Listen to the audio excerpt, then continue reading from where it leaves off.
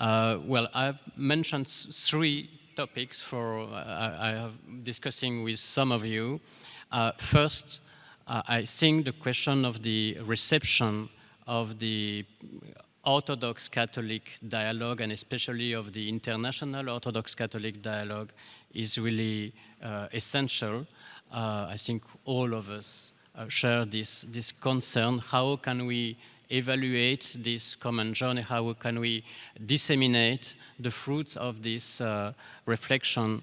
Now we have 7 documents. Yes, the 3 documents from on the sacraments in the 80s, on the Balaman document, the 3 documents on primacy synodality, and now 2 new documents are in drafting process on infallibility and on the filioque. So how can we really contribute to the reception of this dialogue?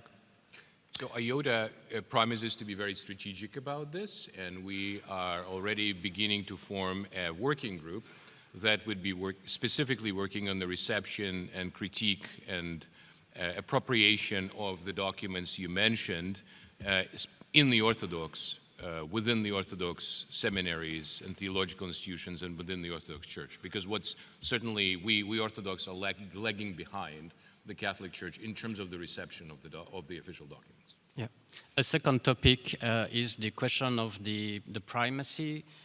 We have presented with Professor Usma Gomez this document, the Bishop of Rome. We have sent, the Dicastery for Promoting Christian Unity has sent this document to all heads of church and Christian communions, and we already received some responses, some feedback to this document, and hopefully we will be able to draft a new synthesis of these responses. But how can we continue the work, perhaps through a joint working group, an informal, unofficial joint working group, to continue the reflection together, of course, as hoped by Pope Jean Paul II. I think what this conference demonstrated is, at least in the 21st century, there could no longer be any credible talk of primacy without also involving the question of synodality. IOTA is about the practice, the concrete experience of synodality from below. And of course, what we've also all experienced today is a gentle form of primacy in the form of Pope's private audience with all of us. And at this audience, the IOTA leaders, our board of directors, was able to present the Pope both with the IOTA brochure personally and also with our plans for producing a joint declaration on the doctrine of deification, because it's a doctrine that is shared both by the East and the West, and it's also a doctrine for which the Nicene Creed and the vision of its triune God and its baptismal life in God serves as a foundation. And yet it's a doctrine that hasn't received any kind of major conciliar expression. So that is something that also IOTA hopes to cooperate with our colleagues at the Angelicum. A third topic would be the articulation of the Eastern Orthodox and Oriental Orthodox dialogues. Yeah, I think it's something really important, and not only to have a greater and perhaps more important representation of the Oriental Orthodox churches in our meetings, but also a better articulation, a connection of the methodology and results from these different dialogues.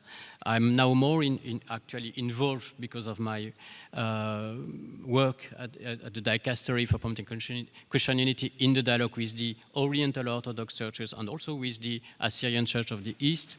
And I see how it is fruitful to connect the methodology used by these dialogues and also the fruit of these dialogues with the Eastern Orthodox Catholic dialogue.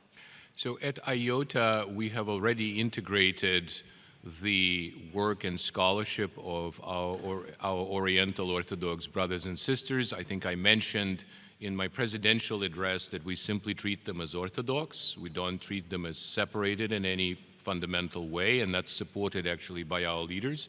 But we hope that we can also contribute our IOTA to ultimately the full communion of the churches, because as it has been demonstrated at this conference by reflecting on the Vienna formula specifically, there are, or there shouldn't be, any dogmatic church dividing questions that separate the churches. It is simply the absence of desire for unity, and it's pretty much apathy and disorganization of the Orthodox world that actually today allows us to be separated. And that itself is something that is most unfortunate, and that's something that IOTA hopes to heal. Yes. Perhaps you can So you would like, we also wanted to say a few words, of course, about the third day of the conference and the practical questions, and in particular regarding the date of Easter. It seems fairly obvious that the present Orthodox calculation of the date of Easter is simply inaccurate. And it's a big question whether, while on the one hand, Easter is an immensely important practical matter, often actually dividing the families, for example, nevertheless, it's not a question that should remain church dividing. And one might hope that it's actually in the church that is Eucharistically united that the resolution of that question would become possible. But it certainly would be possible, astronomically at least. I think, again, what's lacking is the will. So what's not lacking is the scholarly and scientific resourcefulness with which this question has been addressed in the 21st century and at our conference.